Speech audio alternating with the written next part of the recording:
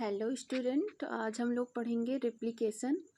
तो रेप्लिकेशन क्या होता है कि एक डीएनए से दूसरा डीएनए बनता है, उसे हम रेप्लिकेशन कहते हैं। तो ये हम एक रेफरेंस बुक से पढ़ेंगे रेप्लिकेशन। देखिए यहाँ पे डीएनए है। डीएनए से जैसे डीएनए में नाइट्रोजनस बेसेज होते हैं। नाइट्रोजनस बेसेज कौन कौन से हैं? जैसे AGCU टुमारो, सी है, सी मतलब साइटोसिन, ए मतलब हो गया एडेनिन, सी मतलब साइटोसिन। तो सी के साथ देखिए यहाँ पे सी के साथ जी बाइंड किया है और ट्रिपल बॉन्ड से, तो सी जो है वो गुआनिन से बाइंड करेगा और ए जो है ए माने एडेनिन थायमीन से बाइंड करता है, साइटोसिन गुआनिन से बाइंड करेगा ट्रिपल बॉन्ड से, और ए और टी डबल बॉन्ड से बाइंड करता है।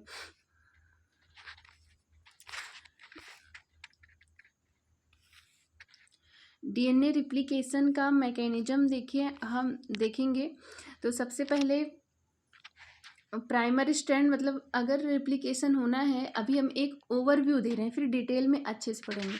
तो प्राइमर देना है। प्राइमर सबसे पहले लगेगा, जैसे नींव बनती है ना, कोई चीज़ हमें बनाना है तो पहले नींव बनेगी।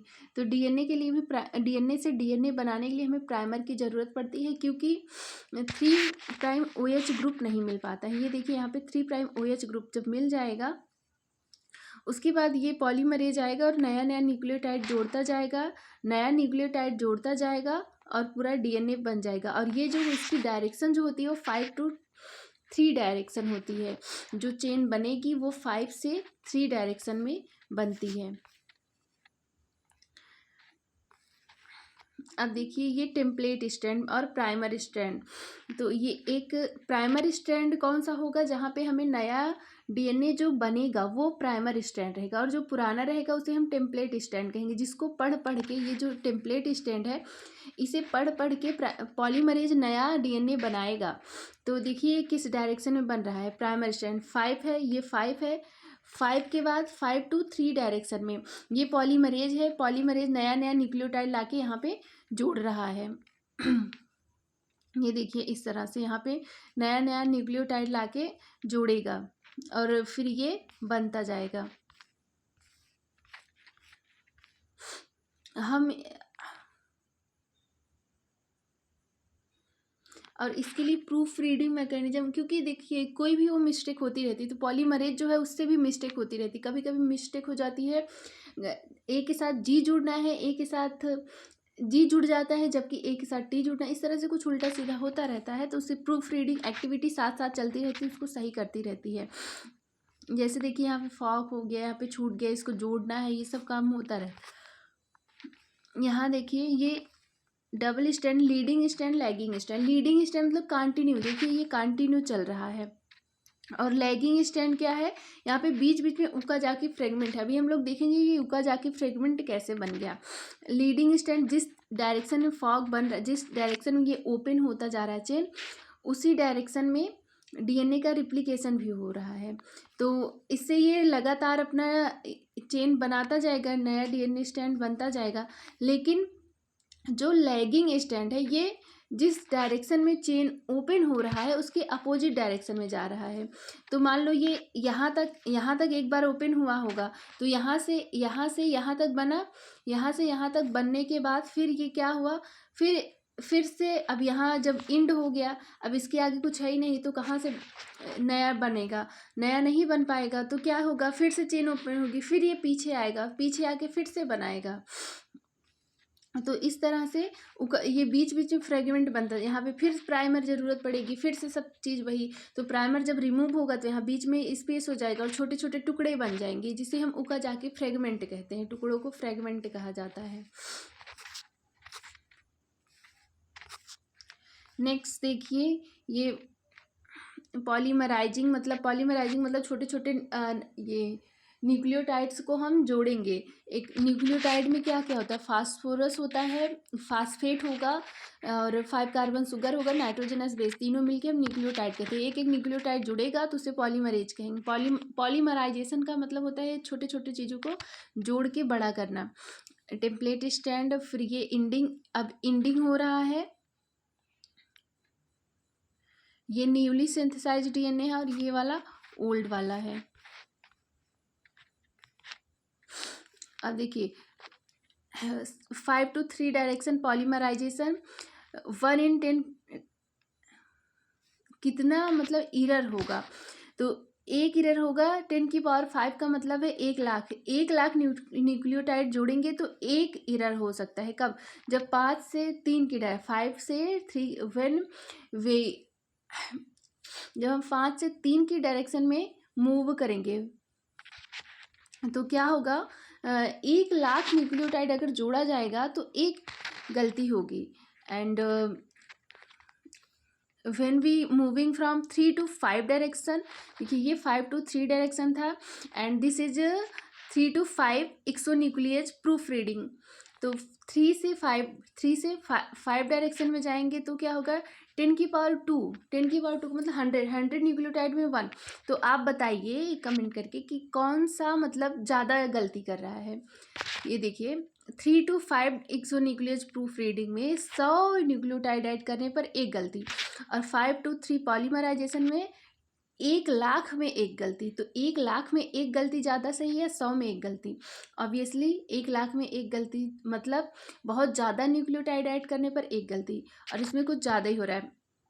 स्ट्रैंड डायरेक्टेड मिसमैच रिपेयर, इसमें 10⁻³ मतलब 1000 में एक गलती, और कंबाइंड में 10⁻10 में एक गलती होगी। अब देखिए ये सब जब बन जाएगा तो हमें अब इसे सही करना है। इसमें जो प्राइमर वगैरह है इसको निकालना है। तो जो प्राइमर है इसे रिमूव किया जाएगा, डीएनए प्राइमर को, ये यहाँ पे लगा हुआ है, इस प्राइमर को रिमूव करेंगे। रिमूव जब प्राइमर को कर देंगे तो बीच में निक बन जाएगा। तो जो निक बन जाएगा इसको हम ज्वाइन करेंगे किससे, डीएनए लाइगेज से। किससे ज्वाइन करेंगे, डीएनए लाइगेज से ज्वाइन करेंगे। तो और ये जो है ये ओकाजाकी फ्रेगमेंट बहुत ज़्यादा हमें जोड़ना पड़ेगा, क्योंकि बार बार प्राइमर की ज़रूरत पड़ती है। जितनी बार प्राइमर की ज़रूरत पड़ेगी उतनी बार प्राइमर को रिमूव करना होगा, और जितनी बार प्राइमर को रिमूव करेंगे उतना ही ज़्यादा वहाँ पे स्पेस हो जाएगा, तो उस स्पेस को भरना पड़ेगा। और ये जो जोड़ेंगे हम वहाँ पे गैप को भरेंगे, वहाँ पे एटीपी की ज़रूरत पड़ेगी, और वो एटीपी जो है एडीपी में कन्वर्ट होगा, एनर्जी मिलेगी और फिर वहाँ पे ज्वाइनिंग होगी। इस तरह से जब डीएनए बन गया, डीएनए बनने के बाद ये कॉइलिंग हो जाएगा। अब इतना बड़ा सा डीएनए कितना होता है, एक सेल का डीएनए अगर हम कहाँ से, एक सेल का डीएनए अर्थ से मून तक ले जाएं इतना लंबा होता है। उसको हम हिस्टोन प्रोटीन के चारों तरफ लपेट के फिर रखते हैं। जैसे कि धागा जो होता है वो लपेटा रहता है, वैसे किस पे, रील धागा किसी पे लपेटा रहता है ना, तो इसी तरह से ये जो प्रोटीन होता है हिस्टोन प्रोटीन, उस पर ये डीएनए लपेटा हुआ रहता है।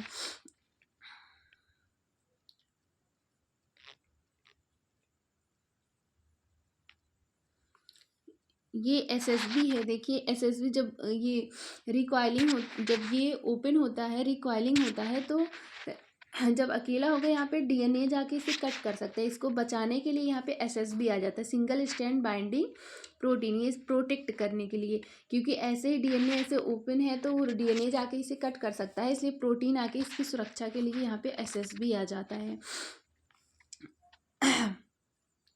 इस तरह से ये डीएनए पर एसएसबी बाइंड करता है। हम इसे डिटेल में भी पढ़ेंगे नेक्स्ट वीडियो में। और ये बीटा क्लैंप है। बीटा क्लैंप क्या करता है, जो डीएनए पॉलीमरेज होता है इधर उधर ना भागे, क्योंकि पॉलीमरेज का काम है कि न्यूक्लियोटाइड को ऐड करना। तो न्यूक्लियोटाइड को ऐड सिर्फ करना, उसे डायरेक्शन नहीं पता, उसको पकड़ के रखे। क्लैंप लोडर जो है, ये क्लैंप लोडर बीटा क्लैंप को लेके आएगा, और बीटा क्लैंप को लेके आएगा तो बीटा क्लैंप जो है वो डीएनए पॉलीमरेज को पकड़ के रखेगा, जिससे कि वो सही डायरेक्शन में अपना काम करता रहे, इधर उधर ना भागने पाए।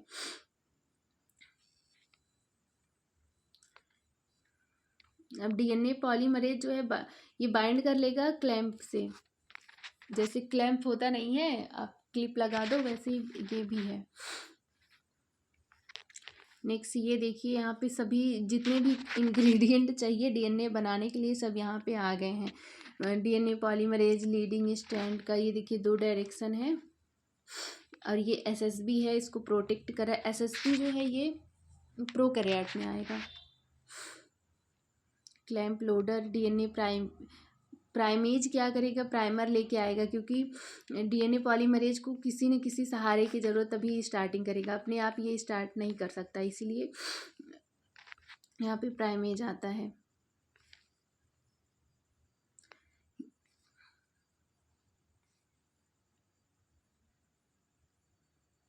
एरर हो गया, मान लो एरर हो गया तो उसको स्कैन किया जाएगा, स्कैन करके फिर वहाँ पे जहाँ गलती हो गई उसको कट किया जाएगा, स्कैन करने के बाद कट करके फिर नया उसे सुधार करके फिर से जोड़ा जाता है।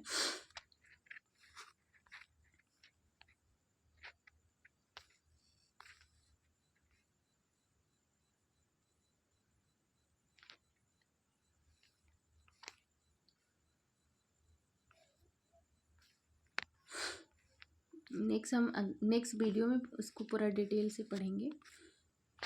Thank you.